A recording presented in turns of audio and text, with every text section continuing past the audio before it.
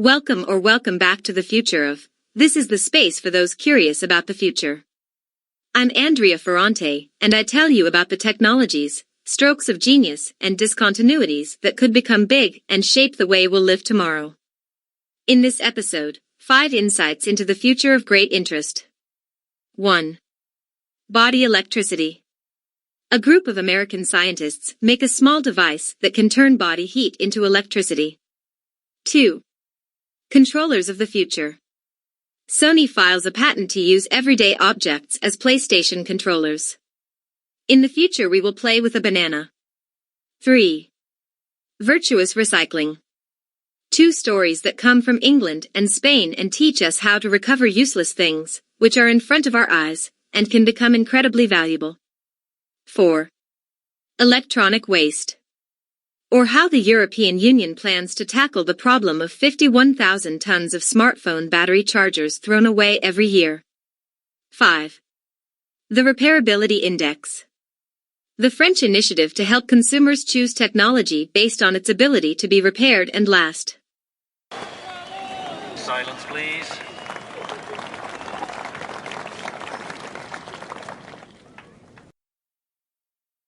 Electricity from the body. Movement and heat are 2 of the technologies that Mother Nature has given us, within which lies the possibility of generating energy. If you're thinking of turbines, water plants or other fairly sophisticated things, this week's cover story is about something much closer to us. In fact, the subject is us human beings. A tiny new invention could turn our bodies into a battery, which means pacemakers, drug pumps and other implantable medical devices could run on a new kind of renewable energy. The wearable, called a Thermoelectric Generator, TEG, directly converts body heat into electricity. Scientists at the University of Colorado tested their TEG in the form of a small ring, but in fact, the tiny generator could be up to the size of a watch or even bigger, depending on how much power you want to generate. The logic is relatively simple. You have to think about our body's natural conduction process. In order to maintain a constant temperature of about 37 degrees, the body must adjust the balance between heat gain and heat loss. And because our body is not that efficient, it loses precisely through heat, about 75% of the energy it produces. Thermoelectric generators use a temperature difference, such as that between our bodies and our surroundings, to turn heat loss into electricity. To establish balance, heat automatically dissipates to cooler places, and TEGs can capture these energized particles as they pass through a micro-thin barrier. Then, just where the wearable and a flexible, malleable circuit inside the device converts body heat into electricity. Meanwhile, a special material embedded inside the gadget dynamically reconfigures itself to keep it in contact with your skin, and prevent it from breaking due to your body's natural movements. Don't think about striking performance. The ring made and tested generates just 1 volt of energy per square inch of skin, which is far less than what most existing batteries need. But thanks to the Lego-style modularity of the devices, researchers could expand the rings to Fitbit-like sports bracelets, watches, or even much larger patches. The new shapes would have more power, and would be able to charge devices with higher electrical requirements. It's no coincidence that scientists have thought of early applications for medical devices, not your brand new smartphone. For that there is time. The ring, for now, certainly doesn't have a look comparable to a nice Bulgari or Tiffany, and it certainly doesn't make you think that a diamond is forever. But the idea that a certain amount of electricity can be produced by the body, without going through the usual chemistry, extraction of rare metals and other unsustainable processes, obviously can only please. If, as the researchers have said, this application can really reach the market in 5 or 10 years at most, we will certainly be happy.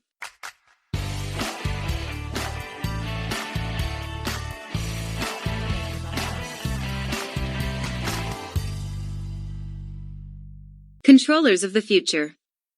Game industry patents are an interesting mix of futuristic ideas, practical applications, or total nonsense. They can give us an idea of what a company is planning for the future, shed light on how big players are revisiting certain parts of their business, or simply be read as faint signs of the future. That's why I urge you to take seriously the fact that Sony Interactive Entertainment has filed a patent application to use a banana as a PlayStation controller. Yes, you got it right, I'm talking about a banana, the fruit, not a super technological object that is shaped like a banana or a boomerang. Let's start by understanding that there is a rather real problem in the market. Controllers have way too much technology inside them these days.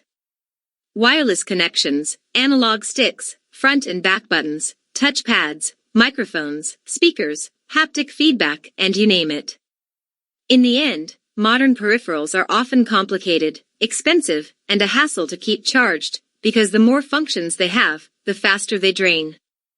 Sony's patent reads with disarming simplicity, it would be desirable for a user to be able to use an inexpensive, simple, non-electronic device as a video game peripheral. And here we come to the banana, in the proper sense and also in the broader sense. What the patent application describes is a method that works with any passive non-luminous object held in a user's hand. This could be a cup, a pen, a glass, or as in the inventor's favorite examples, bananas and oranges. A camera would obtain images of the objects in the user's hands, and digitally reconstruct them based on pixels, contours, and colors. The game would be trained to recognize objects as controllers, or pre-configured so that users are told in advance what can be used as controllers. The paper then delves into ways to infer banana movement in 3D space. Technology that would be used to control the in-game camera, replace the physical controller, or pause the game if the banana was placed on the ground or stepped out of the camera frame. What about the buttons? The patent application proposes mapping virtual buttons onto the banana, possibly with the help of a camera mounted on a virtual reality viewer. Other thoughts have also been made on this topic, such as making the game cam recognize the movement of fingers, or using special gloves or sensors to be mounted only on fingertips. In short, the research is open, sparkling, and still in the initial stages of study. It will still take a long time to see the application at work, but if a giant like Sony is working on it, it's obviously not just for the sake of looking for some bizarre and exotic new solution. After all, for future scholars like me, it's well known that one of the current megatrends is that of personalization, and this technology goes exactly in that direction. So, if at the 2024 Olympic Games in Paris, the League of Legends champion shows up with a banana, a jar of Nutella, or a bar of chocolate in his hand, I warned you. It's not about being gluttonous.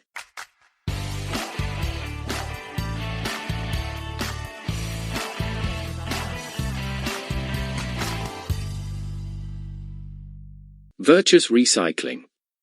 This week, the initiative of some entrepreneurs gives us two stories of virtuous recycling, which are still a drop of water in the ocean, but still should be taken as positive signals in the long battle to reduce emissions. The first story comes from England. Gomi, a British company that makes sustainable chargers and other devices, has launched a line of portable Bluetooth speakers, built with discarded batteries from Lime electric bicycles. As part of a partnership with Lime itself, Gomi will use 50,000 batteries from 1,000 old e-bikes to build speakers, with a battery life of about 20 hours. The spent batteries are cleaned and tested before being installed in the speakers. The cells are considered no longer usable for e-bike purposes after a certain number of charging cycles, but are still perfect for less performance-demanding personal electronic devices. And in Gomi's case, the promise is that they are more than enough to provide good audio quality, and for a long time, as 20 hours is more than enough for both indoor and outdoor use. The second story comes from Spain. You should know that in spring, the air in Seville is sweetened by the scent of azaja, the orange blossom, but the romantic part of our story ends there. The 5.7 million kilos of bitter fruit that the city's 48,000 trees deposit on the streets in winter, on the other hand, are a danger to pedestrians and a real headache for the city's cleaning department. To solve this problem, a project has been launched to produce a completely different kind of juice from the unwanted oranges, electricity. In fact, the Spanish city has begun a pilot project to use the methane produced by fermenting the fruit to generate electricity. The municipal water company will use 35 tons of fruit to generate clean energy to run one of the city's water purification plants. The oranges will go into an existing plant that already generates electricity from organic matter. As the oranges ferment, the captured methane will be used to power the water purifier. Tests have shown that 1,000 kilograms of oranges will produce 50 kilowatt-hours, enough to supply electricity to 5 homes for a day, and it is estimated that if all the city's oranges were recycled, and the energy put back into the grid, as many as 73,000 homes could be powered. In short, not a small amount. As for the other approximately 15,000 tons of edible oranges that the region produces each year, they will continue to be exported to Great Britain, where they are made into jam, or used as a key ingredient in Coventry and Grand Marnier. In short, even if these are small cases, the example they set is important to understand that often smart solutions are literally right in front of our eyes.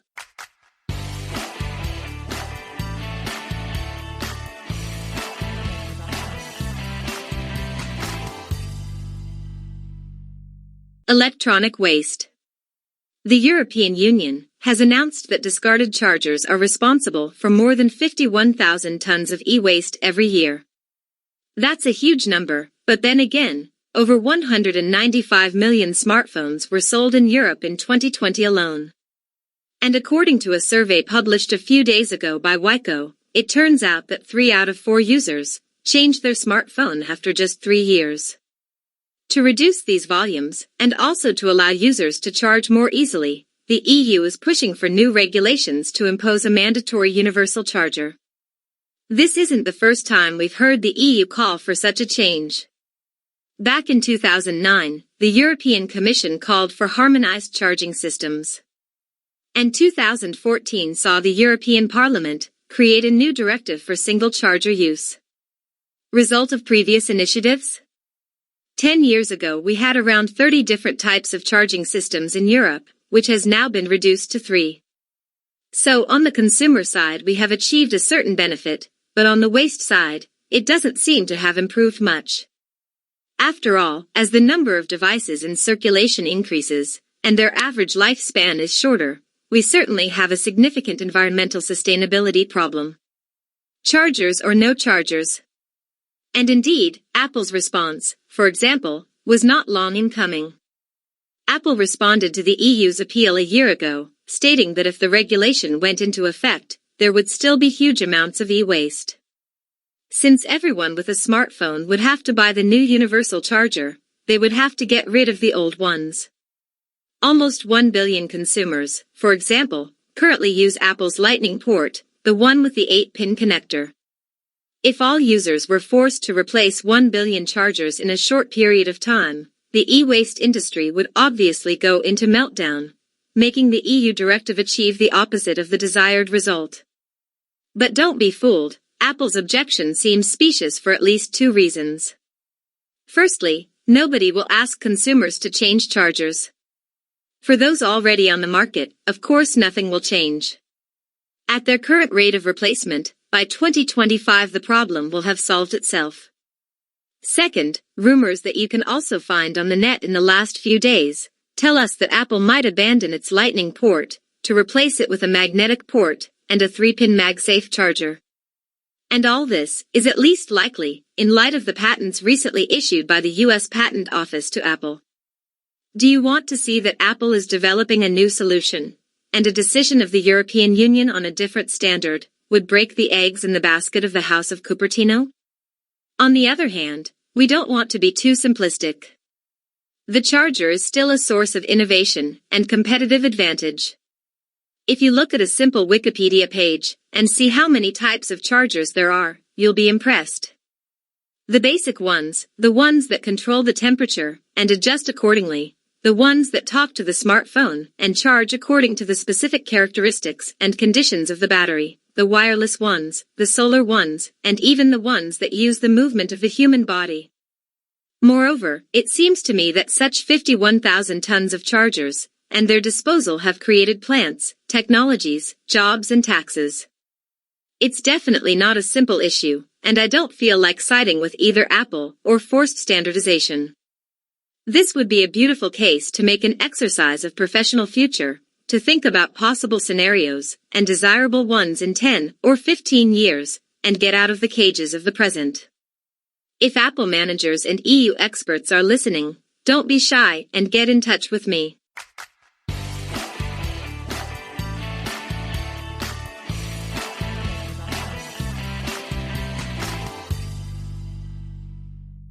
Repairability Index.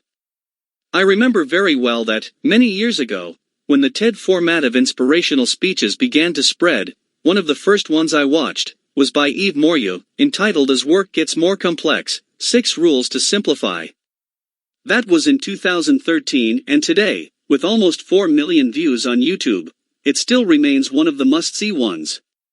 Its call for simplification and the fantastic meme about Mr. Repairability, the manager called to define the process of repairability of an object, seemed sarcastic at the time, but almost 10 years later it is much more relevant than it seems. In a world first-mover decision, France last month began requiring manufacturers of certain electronic devices, including smartphones and laptops, to tell consumers how reparable their products are.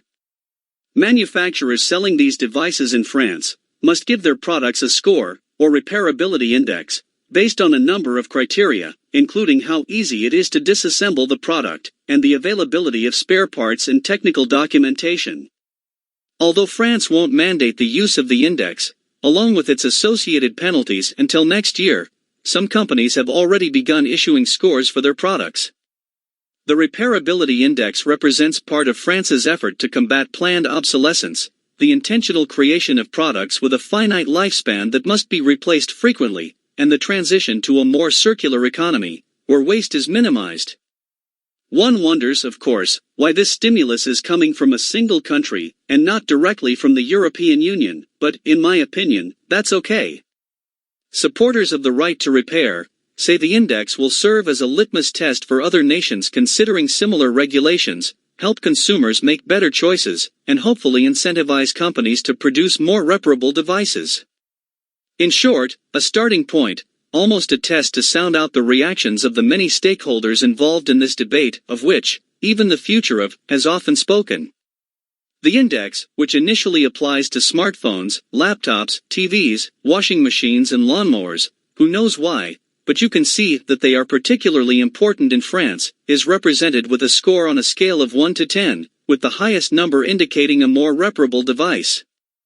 Manufacturers must rank their products by incorporating 5 criteria: availability of technical documents to aid in repair, ease of disassembly, availability of replacement parts, price of replacement parts, and a wildcard category for repair issues, peculiar to the specific product class. All of the information used to calculate the index, moreover, must be made available to consumers at the time of purchase. In short, this is a well-codified standard that is not to be trifled with. The penalty is not so much the administrative sanctions that are yet to come, but the reputation of the producer in front of his customers. Obviously, the system is not perfect. It came into being quite quickly, perhaps even too quickly according to detractors, and is based on a series of compromises between the parties involved. That does not make it appreciated by everyone, but it is a step in the right direction. So much that France predicts that this index, by 2024, will evolve into a true durability index, that not only tells customers how reparable a product is, but also describes its overall robustness. And the consumer seems to appreciate it. In September, the French government released the results of a study that examined how 140,000 online shoppers responded to a beta version of the Repairability Index, that included all the final criteria, except the price of replacement parts. It turned out that customers preferred buying laptops with a repairability index present, over those without it. Now that the system is live, we'll see how the different scores will affect the market. Not bad, bravo to the French.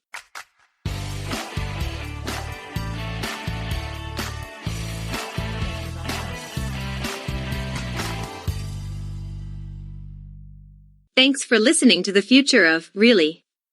You could have listened to the radio, you could have spun a vinyl, you could have put on a cassette, you could have used a stereo 8 to know what it was, but instead you preferred the future of. That's what I thank you for, and you still have hundreds of episodes to discover. Alvin Toffler, in his 1970 book called Future Shock, wrote, "We need to train thousands of young people in the perspectives and techniques of scientific futurism, inviting them to share in the exciting enterprise of mapping probable futures.